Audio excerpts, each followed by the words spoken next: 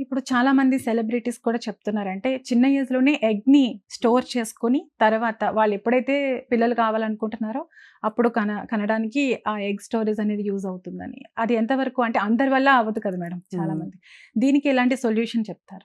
ఎర్లీగా డెఫినెట్‌గా మనము 20 ఇయర్స్ ఉన్నప్పుడు ఎగ్‌కి 25 అనుకోండి. ఆ ఎగ్‌కి 35 ఇయర్స్ దాటిన తర్వాత ఎగ్‌కి క్వాలిటీ, క్వాంటిటీ అన్నీ తగ్గిపోతాయి. అడ్వాన్స్డ్ ఏజ్‌లో ప్రెగ్నెన్సీస్ ప్లాన్ చేసినప్పుడు బేబీస్‌లో అబ్నార్మాలిటీస్, కంజెంటల్ అనామలీస్ అనేవి వచ్చే అవకాశం ఉంటుంది. సో, అలాంటి సందర్భాల్లో ఎగ్ మనం స్టోర్ చేసుకోవడం అనేది it's a good thing actually boon.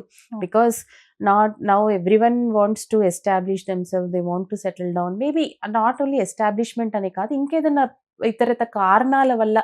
ఇప్పుడు కొంతమందికి ఏంటంటే హెల్త్ ఇష్యూస్ వల్ల ఓవరీస్‌లో ఏదైనా ప్రాబ్లమ్స్ ఉండి, మాలిగ్నెన్సీస్ ఏదన్నా ఓవరీ కూడా తీసే అవకాశము కొన్ని సందర్భాల్లో ఉండే అవకాశం ఉంది. అలాంటి వాళ్ళు కూడా ఎగ్ స్టోర్ చేసుకుంటే that's a boon only for them. Okay. వాళ్ళు ఫ్యూచర్‌లో మళ్ళీ ప్రెగ్నెన్సీ ప్లాన్ చేసుకోవాలి అనుకుంటే. సో, అందరి వల్ల అవ్వకపోవచ్చు, కానీ ఎంతవరకు యూజ్ చేసుకోగలిగితే ovum preservation is also a very good thing option for people. ఇప్పుడు ఎక్కువగా చాలా మంది ఫేస్ చేస్తున్న ప్రాబ్లమ్ ఇన్‌ఫెర్టిలిటీ. దానికి ప్రధాన కారణం ఏమై ఉండొచ్చు మేడం? ఒకప్పుడు కంపేర్ చేసుకుంటే మనకు లైఫ్‌లో ఇప్పుడు చాలా వరకు ఇన్‌ఫర్టిలిటీ ఎక్కువుంది. ఎందుకంటే కంపారిజన్‌గా చూసుకుంటే ఒకప్పుడు ఎర్లీ మ్యారేజెస్ అయిపోయేవి. సో, మనకి 20 వరకు పెళ్ళిళ్ళు అయిపోయేవి. 25 లోపు పిల్లలు పుట్టడం ఇదంతా అంటే ఎర్లీ ఏజ్‌లో అదయిపోయేది. ఇప్పుడు కాలంలో ఏంటంటే everyone all the girls want to study, వాళ్ళు ఇండిపెండెంట్ అవ్వాలి, ఎర్న్ చేయాలి. మనం ఒక స్టేజ్ ఎస్టాబ్లిష్ అయినాకనే మ్యారేజ్ చేసుకోవాలని. సో, ఏజ్ ఆఫ్ మ్యారేజ్ అనేది అడ్వాన్స్ అయిపోతుంది. 20 నుంచి 25 నుంచి 30, 35 వరకు గూడా ఇప్పుడు ఎడ్యుకేషన్, జాబ్ పర్పస్‌లో లేట్ మ్యారేజెస్ అవుతున్నాయి. సో, ఈ లేట్ మ్యారేజెస్ వల్ల ఈ ఓవ్యులేషన్ అంటే ఎగ్ రిలీజ్ అనేది ఏదైతే 20 ఇయర్స్ గర్ల్‌కి ఉంటుందో 30+ తర్వాత మనకు ఎగ్ క్వాలిటీ అనేది, క్వాంటిటీ అనేది తగ్గిపోతుంది. So, basically age of marriage is advanced. That is ఒక్కొక్క రీజన్. ఎందుకంటే డిలేడ్ మ్యారేజెస్, ఈ పీసీఓఎస్ కూడా one of the reason, infertility. ఎందుకంటే ఎగ్ సరిగ్గా రిలీజ్ అవ్వదు కాబట్టి. So, basic reason is that and environmental changes దీనివల్ల కూడా చాలా వరకు ఇన్‌ఫర్టిలిటీ ఇష్యూ మెయిన్‌గా మేము చూసే దాంట్లో అయితే ఈ అడ్వాన్స్డ్ ఏజ్ ఎక్కువగా ఉంటుంది. అది మెయిన్ రీజన్ అయి ఉంటుందండి. ఈ ఇన్‌ఫెర్టిలిటీ కూడా జెనెటిక్‌గా వచ్చే అవకాశం ఉంటుందా మేడం? ఇన్‌ఫర్టిలిటీ యాస్ సచ్ ఇట్లా ఇదే జీన్ వల్ల ఇన్‌ఫర్టిలిటీ ఇలా జెనెటిక్ అని ఉండదు. కానీ కొన్ని కొన్ని సందర్భాల్లో ఏంటంటే అది జెనెటికల్లీ కూడా ట్రాన్స్‌మిట్ అవుతుంది. అంటే కొన్ని క్రోమోజోమల్ అనామలీస్, జీన్ డిజార్డర్స్ అనేవి ఫ్యామిలీస్‌లో రన్ అయ్యే అవకాశం ఉంది. దాంట్లో అలాంటి జీన్ డిజార్డర్స్, క్రోమోజోమల్ అనామలీస్‌లో ఇన్‌ఫర్టిలిటీ సమస్య ఉంటుంది. So, as such there is no specific gene for that. కానీ రన్ అయ్యే అవకాశం ఉంటుందండి ఇన్‌ఫర్టిలిటీ కూడా. ఈ ఇన్‌ఫెర్టిలిటీకి ఎడినోమైసిస్, ఎండోమెట్రియోసిస్ ఇలాంటి ప్రాబ్లమ్స్‌కి ఏదైనా సంబంధం ఉంటుందా మేడం? యెస్. ఎండోమెట్రియోసిస్ అనేది చాలా ర్యాంపెంట్‌గా ఉందండి ఇప్పుడు మన దగ్గర. సో, ఏంటంటే ఎండోమెట్రియోసిస్‌లో మనకు గర్భసంచి యొక్క లోపల భాగంని మనం ఎండోమెట్రియం అంటాం. అది పీరియడ్స్‌లో ఏంటంటే ఒక్కొక్కసారి ఆ ఎండోమెట్రియల్ టిష్యూ అనేది అబ్డామినల్ క్యావిటీలో ఎళ్లి ఇన్‌ఫ్లమేషన్, అంటే ఈ మెడికల్ టర్మినాలజీలో ఇన్‌ఫ్లమేషన్ అనేది కాజ్ చేసి ట్యూబ్స్‌ని పాడు చేసే అవకాశం ఉంటుంది. ఓవరీస్‌ని కూడా డ్యామేజ్ చేసి ఎగ్స్‌ని డ్యామేజ్ చేసే అవకాశం ఉంటుంది. సో, ఇలాంటి సందర్భాల్లో ఏంటంటే చాలా వరకు ఎండోమెట్రియోసిస్ ఉన్నవాళ్ళు, అడినోమైసిస్ ఉన్నవాళ్ళు పెయిన్‌ఫుల్ పీరియడ్స్, వాళ్ళకి చాలా సివియర్ పెయిన్ ఉంటుంది పీరియడ్స్ టైంలో. ఎక్సెసివ్ పెయిన్, నాట్ అంటే సింపుల్ టాబ్లెట్ ఏసుకున్న రిలీవ్ చేయనంత పెయిన్. ఇంటర్‌కోర్స్ సమయంలో కూడా పెయిన్ ఉండవచ్చు.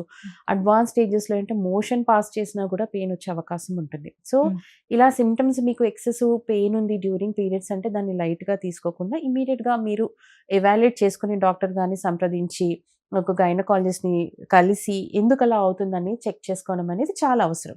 సో, ఈ ఎండోమెట్రియోసిస్ సమస్య ఉన్న వాళ్ళలో ఓవరీస్‌ని అది ఇన్‌ఫ్లమేషన్ డ్యామేజ్ చేస్తుంది కాబట్టి ట్యూబ్స్‌ని, ఓవరీస్‌ని, వాళ్ళలో ఈ ఇన్‌ఫర్టిలిటీ సమస్య అనేది చాలా వరకు ఉంటుంది. సో, అందుకే ఇలాంటి సింప్టమ్స్ ఏమన్నా ఉంటే ఇమ్మీడియేట్‌గా చెకప్ చేసుకోవడం అనేది చాలా అవసరం. ఈ ఎడినోమైసిస్‌కి, ఎండ్రియోమెట్రియోసిస్‌కి సంబంధం ఏంటి మేడం? 2 ఒకటేనా? 2 ఒకటే అండి. డిఫరెంట్ అండ్ వర్డింగ్సే. సో, ఎడినోమైసిస్ అంటే మనకు గర్భసంచిలో వచ్చే ఎండోమెట్రియోసిస్‌ని మనం ఎడినోమైసిస్ అంటాము. సో, ఎండోమెట్రియోసిస్ అనేది మొత్తం మన అబ్డామినల్ క్యావిటీలో ఎక్కడైనా ఉండొచ్చు. ట్యూబ్స్ మీద రావచ్చు, ఓవరీస్ మీద రావచ్చు, అబ్డామినల్ క్యావిటీలో రావచ్చు. డిస్టెన్స్ ఆర్గన్ లంగ్స్‌లో కూడా ఒక్కొక్కసారి ఎండోమెట్రియోసిస్ వచ్చే అవకాశం ఉంటుంది. సో, అడినోమైసిస్ అంటే అది కన్సైన్డ్ యూట్రస్‌లో, గర్భసంచిలో వచ్చే ఎండోమెట్రియోసిస్‌ని మనం అడినోమైసిస్ అంటాం. Okay madam. పీసీఓడి సమస్య ఉన్న వారికి పిల్లలు పుట్టే అవకాశం ఉంటుందా మేడం? పీసీఓడి అంటే మనకేంటంటే దాంట్లో పాలిసిస్టిక్ ఓవరీస్ అంటే అండాశయాల్లో multiple follicles, ovarian follicles form అయ్యి అన్నీ పెరిగేసి ఒక 10, 11, 12 వరకు పెరిగేసిపోయి ఆ ఓవులేషన్ అంటే ఎగ్ అనేది రిలీజ్ చేయకుండా అవుతుంది. So, okay. నార్మల్‌గా మెన్‌స్ట్రువల్ సైకిల్‌లో ఏంటంటే మనకు 28, 30 డేస్ సైకిల్‌లో మంత్లీ సైకిల్‌లో ఒక రోజు 14థ్ ఆర్ 5థ్ డే ఎగ్ రిలీజ్ అవ్వడం అనేది జరుగుతుంది. ఎగ్ రిలీజ్ అవ్వడం వల్ల ప్రెగ్నెన్సీ అనేది వస్తుంది. సో, ఈ పీసీఓఎస్‌లో ఏంటంటే ఎగ్ అనేది రిలీజ్ అనేది అవ్వదు. సో, బికాజ్ ఈ టూ మెనీ ఫాలికల్స్ ఉండేసరికి సో, ఎగ్ రిలీజ్ అవ్వదు కాబట్టి ప్రెగ్నెన్సీ అనేది రాదు. It depends on person to person. కొంతమందికి మైల్డ్ పీసీఓఎస్ ఉండొచ్చు. కొంతమందికి ఎక్కువ మోతాదులో ఉండవచ్చు. సో, కొంతమందికి పీసీఓడి ఉన్నా నేచురల్‌గా కూడా ప్రెగ్నెన్సీ వచ్చే అవకాశం ఉంటుంది. ఇట్స్ నాట్ లైక్ కంప్లీట్‌గా అసలు రాదు అనేది ఏమీ లేదు. కొంతమందిలో ఏంటంటే పీసీఓడి కొంచెం ఎక్కువగా ఉన్న వాళ్ళలో దే నీడ్ హెల్ప్. అంటే అసలు రావట్లేదు ప్రెగ్నెన్సీ అంటే వాళ్ళకి హెల్ప్ ఇన్ ద సెన్స్ ఓవులేషన్‌కి మనము మెడికేషన్స్ పెట్టి ఓవులేషన్ ఇండక్షన్ అంటాము. సో, అలాంటి పద్ధతుల ద్వారా ప్రెగ్నెన్సీ వచ్చే అవకాశం ఉంటుంది వాళ్ళలో.